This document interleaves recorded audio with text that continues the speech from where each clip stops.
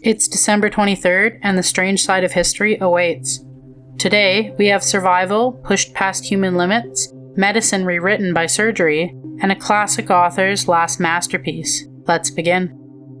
On December 23rd, 1972, in the high frozen Andes Mountains, the world finally learned the truth behind a silence that had lasted 72 days. What rescuers found defied belief.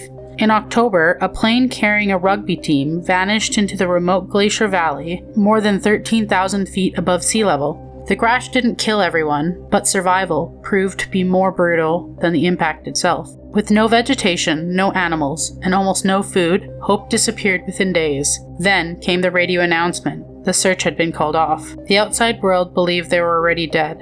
Inside the wreckage, the survivors faced a choice no one should ever have to make. Starvation crept in slowly, each day weakening them, each night threatening to finish the job. Faced with certain death, the group confronted the unthinkable choice. After agonizing moral and religious debate, they made a pact. Life would be preserved by eating the bodies of those already lost. And they did what they needed to survive. Rescue came after two of the survivors walked into the mountains for 10 days across ice and stone until help was finally found. When the world learned the truth, horror turned into understanding. Even the church absolved them. They were no monsters, they were survivors. They crossed a line no one wants to imagine, yet without it, none of them would have left the mountain alive. On December 23, 1954, inside a quiet Boston operating room, doctors attempted something no human had ever survived before.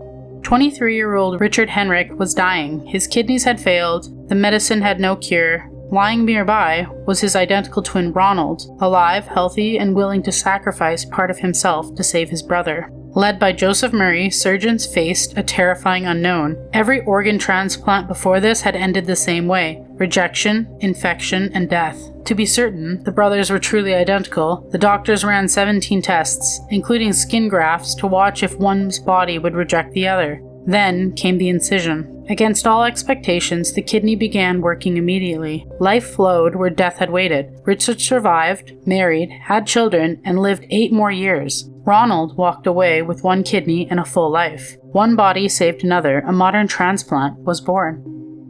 The operation reshaped medicine forever, and millions are alive today.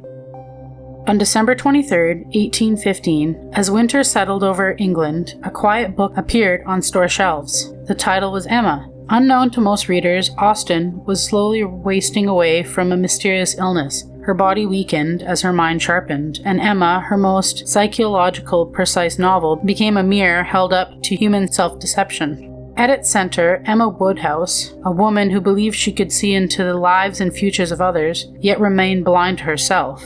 Austen dissected manipulation, arrogance, and quiet cruelty, not through violence, but through politeness. In a society where reputation is survival, a single rumor could destroy lives. Austen published the novel anonymously, no name, no face, just words, released into the world, while their creator faded from it. Within 2 years, Jane Austen would be dead, but Emma would endure. Her name was absent, and her health was fading, yet her words outlived her by centuries. Another day, another strange bite from history. Like, comment, and subscribe. Your next eerie dose is just a day away.